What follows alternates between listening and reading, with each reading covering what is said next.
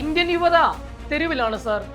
ഇത് കേൾക്കുമ്പോ നിങ്ങൾക്ക് തോന്നും പറഞ്ഞു വരുന്നത് ജന്തർ മന്തർ പ്രക്ഷോഭത്തെ കുറിച്ചല്ലേ എന്ന്. എന്നാൽ അത് മാത്രമല്ല കേട്ടോ.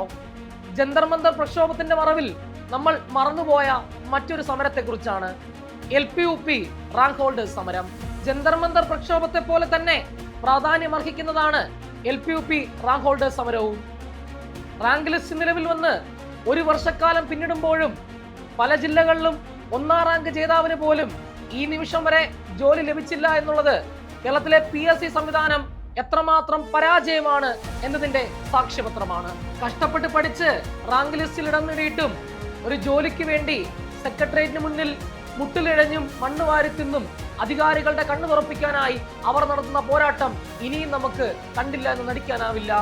കേരള PSCയോടാണ് സ്വന്തം ഇഷ്ടക്കാരെ പിൻവാതിലൂടെ കുത്തിനിറയ്ക്കാൻ കാണിക്കുന്ന ആർജവത്തിന്റെ 4/1 കഷ്ടപ്പെട്ട് പഠിച്ച് റാങ്ക് ലിസ്റ്റിൽ ഇടം നേടിയ ഉദ്യോഗാർത്ഥികളോട് കാണിക്കണം എന്നൊരു അപേക്ഷ മാത്രമാണുള്ളത്.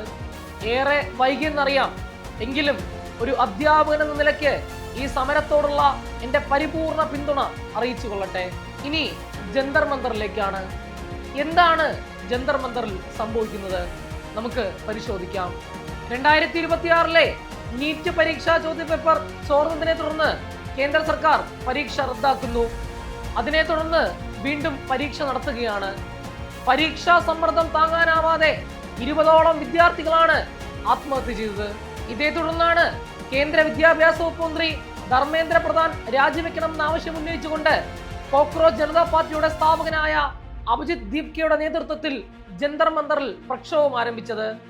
ജൂൺ 6 ആരംഭിച്ച പ്രക്ഷോഭത്തിന് നാൾക്കുനാൾ ജനപിന്തുണ വർദ്ധിച്ചു വരുന്ന കാഴ്ചയാണ് നാം കണ്ടത്.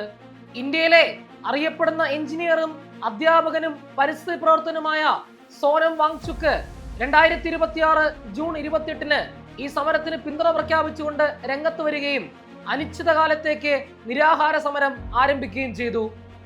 സോനം വാങ്ചുക്കിന്റെ സാന്നിധ്യം ഇന്ത്യയിലെമ്പാടും വലിയ പിന്തുണയാണ് ഈ സമരത്തിന് നൽകിയത്. ജൂലൈ മാസം 18 സോനം വാങ്ചുക്കിനെ ബലമായി ഭരണകൂടം അറസ്റ്റ് ചെയ്ത് നീക്കം ചെയ്യുകയാണ്. ഇതിനെ തുടർന്ന് രാജ്യത്താകമാനം വലിയ തോതിലുള്ള പ്രതിഷേധമാണ് ഇരമ്പുന്നത്. കക്ഷി രാഷ്ട്രീയ ഭേദമന്യേ ജനങ്ങൾ ജന്തർ മന്തറിൽ തടിച്ചുകൂടുന്ന കാഴ്ചയാണ് പിന്നീട് നാം കണ്ടത്. തികച്ചും സമാധാനപരമായി നടന്നു വരുന്ന സമരത്തെ ലാത്തിയും ടിയർ ഗ്യാസും ഉപയോഗിച്ച് അടിച്ചമർത്തുന്ന നിലപാടാണ് ഭരണകൂടം സ്വീകരിച്ചത്. സമാധാനപരമായി പ്രതിഷേധിക്കാനുള്ള ജനങ്ങളുടെ അവകാശത്തോടുള്ള കടുത്ത ലംഘനമാണിത്. മനുഷ്യനായി പിറന്ന ഒരാൾക്കും ഈ സമരത്തെ കണ്ടില്ല എന്ന് നടിക്കാൻ കഴിയില്ല. ഇത് കേൾക്കുമ്പോൾ കുറച്ചു പേർക്കെങ്കിലും എന്നോടൊരു വിയോജിപ്പുണ്ടാവും. ഒരു അധ്യാപകൻ ഇതൊക്കെ പറയേണ്ട ആവശ്യമുണ്ടോ? സ്വന്തം കാര്യം നോക്കി പഠിപ്പിച്ചിട്ടങ്ങ് പോയാ പോരെ? നിങ്ങളൊന്ന് ആലോചിച്ച് നോക്കൂ. ആ മരണപ്പെട്ടു പോയ 20 ജീവനുകളിൽ ഒരാൾ നിങ്ങളുടെ ചോരയായിരുന്നുവെങ്കിൽ നിങ്ങൾ എന്ത് നിലപാടായിരിക്കും സ്വീകരിക്കുക?